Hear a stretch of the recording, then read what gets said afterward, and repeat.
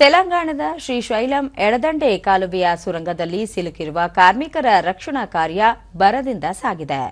ಸುರಂಗ ಮಾರ್ಗದ ದ್ವಾರ ಪ್ರದೇಶದಲ್ಲಿ ಕುಸಿತವಾಗಿರುವುದರಿಂದ ರಕ್ಷಣಾ ಪಡೆಗಳು ಒಳ ಪ್ರವೇಶಿಸುವುದಕ್ಕೆ ತೊಂದರೆಯಾಗಿದೆ. ಶನಿವಾರ ಬೆಳಗ್ಗೆ ತೆಲಂಗಾಣದ ನಾಗರ್ ಕರ್ನೂಲ್ ಜಿಲ್ಲೆಯ ದೂಮಲಪೇಟಂದಿಂದ 14 ಕಿಲೋಮೀಟರ್ ದೂರದ ಶ್ರೀಶೈಲಂ ಎಡದಂಡೆ ನಾಲೆಯ ಒಂದು ಭಾಗ ಕುಸಿದಿತ್ತು. ಆ ಸಂದರ್ಭದಲ್ಲಿ ಸಮೀಪದಲ್ಲಿದ್ದ 12 ಮಂದಿ ಕಾರ್ಮಿಕರು ತಕ್ಷಣವೇ ಹೊರಗೋಡಿ ಬಂದು ಜೀವ ಉಳಿಸಿಕೊಂಡಿದ್ದರು.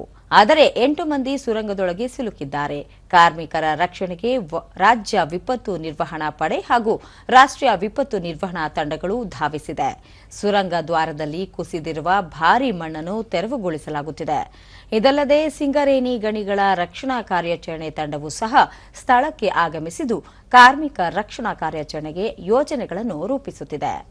ಶ್ರೀಶೈಲಂ ಎಡದಂಡೆ ಕಾಲುವೆಯ ಸುರಂಗ ಮಾರ್ಗ ನಿರ್ಮಾಣದ ಸಂದರ್ಭದಲ್ಲಿ ಸುರಂಗದ ಒಂದು ಭಾಗ ಕುಸಿದಿದ್ದು 12ಕ್ಕೂ ಹೆಚ್ಚು ಕಾರ್ಮಿಕರು ಗಾಯಗೊಂಡಿದ್ದಾರೆ.